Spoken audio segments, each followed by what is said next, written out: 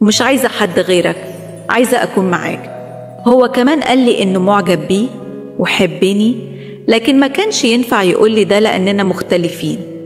تقربت منه وهو كمان قرب مني، وفعلا حصل بيننا وكنت مبسوطة جدا معاه، وحسيت لأول مرة في حياتي حد يلمسني.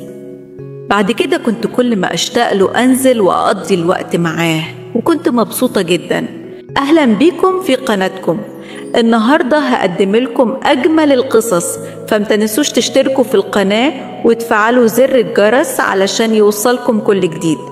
صاحبة القصة بتقول: أنا اسمي مريم، أنا متجوزة من راجل أعمال، جوزي وضعه المادي ممتاز وأنا عايشة معاه، لكن بصراحة حياتي معاه كانت مليانة إهمال. جوزي كان دايما مشغول في شغله، ولما يكون في البيت كان دايما على الكمبيوتر ويطلب مني أسيبه لحد ما يخلص شغله، ولما يخلص أكون أنا خلاص تعبت ونمت. كنت دايما أطلب منه اهتمام، لكن ما كنتش لاقياه. استسلمت للأمر الواقع وقلت خلاص هأعيش كده، وأنا اتجوزته من ساعة ما اتجوزته وأنا على كده. حاولت أغير حياتي معاه، لكنه كان مصمم إن الشغل هو أهم حاجة في حياته. في يوم من الأيام كان عندنا الجنيني، وهو راجل كبير في السن ومرض. قرر إنه يترك العمل ويقعد في بلده. جوزي أعطاه فلوس وقال له خلاص ماشي. في الفترة دي جوزي كان بيدور على حد يكون كويس ليبقى جنيني مكانه ويهتم بالجنينة والفيلا. فعلا لقى شاب صغير في السن، وجوزي اتبسط جدا لأن الشاب كان صغير، وقال إنه هيقدر يشتغل ويقعد معانا فترة طويلة. جوزي قال لي إنه لقى الجنيني المناسب وجابه عشان يشتغل في الجنينة ويهتم بها. الجنيني الجديد كان يجي كذا يوم، وأنا صراحة ما شفتهوش لأني ما كنتش بنزل كتير. في يوم زهقت ومتضايقة، نزلت أتمشى في الجنينة وشفت الجنيني وهو شغال. كان عندي فضول أعرف عنه أكتر. قربت منه وقلت له إزيك؟ قال لي الحمد لله. عرفته على نفسي وقلت له أنا صاحبة الفيلا، وسألته عن اسمه. قال لي إنه اسمه أسامة. سألته عن بلدته واتكلمنا شوية.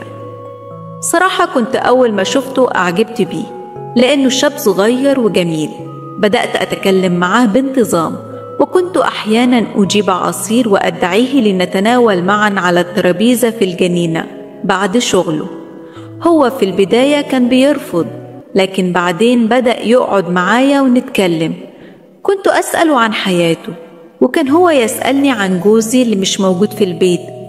مع الوقت اتعودت عليه وصرت أروح لأوضته وأطلب منه أن نقعد في الجنينة. أحيانا كنت أعد غداء وأخده معي ونتناول الطعام معا، وكل ده وأنا لوحدي وجوزي مش عارف. وفي يوم من الأيام بينما كنت بتمشى في الجنينة لاحظت إنه ما كانش موجود، واستغربت ووجدته في الحمام بجانب أوضته. كان بيغسل ويشطف فيه. كنت بدور عليه بس ما لقيتوش. دخلت الأوضة وما لقيتوش فيها، فدخلت الحمام. سمعت صوت من شباك صغير كان مفتوح على الحمام. حاولت أبص عليه وهو ما كانش واخد باله. من ساعة ما شفته وهو بيستحمى وأنا اتحمست، وخصوصا إني كنت حاسة بالحرمان مع جوزي. شفته المرة دي وقررت أتعامل معاه، وبعدين رحت على أوضتي وفكرت فيه كتير. اتخيلت كل حاجة، وبصراحة كنت دايما أتصور نفسي معاه. هو ما كانش يعرف إني شفته، لكن كنت دايما أخرج للجناين عشان أشوفه وأتكلم معاه، ونظراتي ليه بقت مليانة إعجاب. بصراحة أعجبت بيه وحبيته، وما قدرتش أتحكم في مشاعري. في يوم لبست هدوم خفيفة وخرجت. كنت لوحدي في الفيلا، فذهبت لأوضته وكنت عارفة إنه نايم. خبطت ودخلت، واستغرب لما شافني وسألني عن سبب لبسي. قلت له إني بحبه ومعجبة بيه، وقلت له بصراحة إني ما بحبش جوزي وحاسة بالحرمان معاه، وكنت أستاهل أكون مع واحد زيك. هو قال لي لأ، إزاي؟ أنتي مقامك كبير وانتي حاجة وأنا حاجة، والفلوس مش كل حاجة. أهم حاجة الاهتمام والحب، في حاجات كتير أهم من الفلوس. بصراحة أنا معجبة بيك ومش عايزة حد غيرك، عايزة أكون معاك. هو كمان قال لي إنه معجب بيه وحبني، لكن ما كانش ينفع يقول لي ده لأننا مختلفين. تقربت منه وهو كمان قرب مني، وفعلا حصل، وكنت مبسوطة جدا معاه، وحسيت لأول مرة في حياتي حد يلمسني. بعد كده كنت كل ما أشتاق له أنزل وأقضي الوقت معاه، وكنت مبسوطة جدا. لكن الحلو ما كملش، لأن جوزي جاء من الشغل بدري وكنت جاهزة عشان أنزل، وفعلا نزلت ورحت لأوضته كالعادة.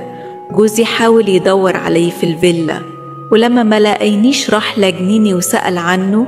سمع صوت جوه الأوضة، اتخضيته جدا لأن جوزي شافني مع الجنايني في الأوضة، ووضعنا كان مش كويس. ما كنتش عارفة أتصرف إزاي.